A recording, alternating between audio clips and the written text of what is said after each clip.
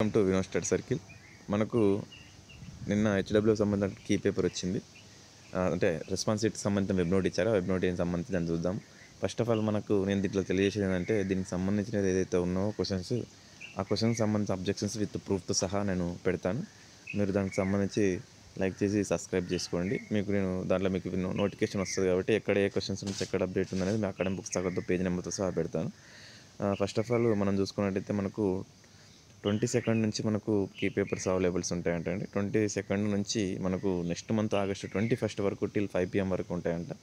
మనకు అబ్జెక్షన్స్ వచ్చేసి మనకి ఇప్పుడు టీజీపీఎస్సీ ఇక్కడ చూడండి, the objections on the preliminary will be accepted online through the link ఇచ్చినటువంటి లింక్ ఏదైతే ఉందో ఆ టీజీపీఎస్సీ వెబ్సైట్లో 23/7/2024 నుంచి 27/7 వరకు 5 PM వరకు సరే మనము అబ్జెక్షన్స్ రైజ్ చేసుకోవచ్చు అంట.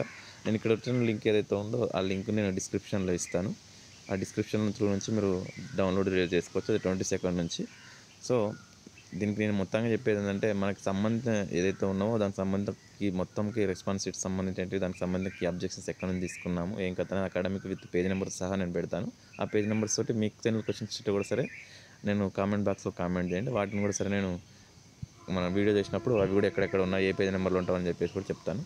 మొత్తానికైతే కట్ ఆఫ్స్ అయితే చాలా తక్కువనే ఉంటాయండి. కట్ ఆఫ్స్ ఎంత ఉంటాయని చెప్పేసి నేను కట్ ఆఫ్ మీద కూడా సరే నేను చేస్తాను. మ్యాక్సిమం 24, 25 రోజు సంబంధించిన వాళ్ళు ఒక 170 వరకు వచ్చిన వాళ్ళు ఓప్స్ పెట్టుకోవచ్చు. వాళ్ళకి కంపల్సరీ జాబ్స్ ఉంటుంది.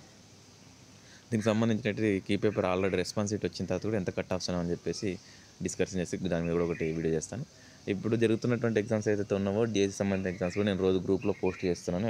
మెమరీ బేస్డ్ క్వశ్చన్స్లో అవి రాస్తూ నేను ఒకటేసారి మేము చెప్పిన క్యాండిడేట్స్ ఎవరైతే ఆస్పిరెంట్స్ ఉన్నారో అవి రాసి డైరెక్ట్ చెప్తున్నానండి. మళ్ళీ దానికి సపరేట్గా నేను మళ్ళీ ఏం లేదు, రఫ్గానే రాసి పెడుతున్నాను. ఒకసారి వీడియో కొద్దిగా అంటే సౌండ్ క్లారిటీ లేదంటే సౌండ్ కోసం కూడా నేను ఈరోజు క్లారిటీగా చేస్తాను. Thank you so much for మన వీడియో లైక్ చేస్తున్నందుకు. ఫస్ట్ ఆఫ్ ఆల్ మీరు వీడియో లైక్ చేస్తారని కోరుకుంటాను. Thank you so much.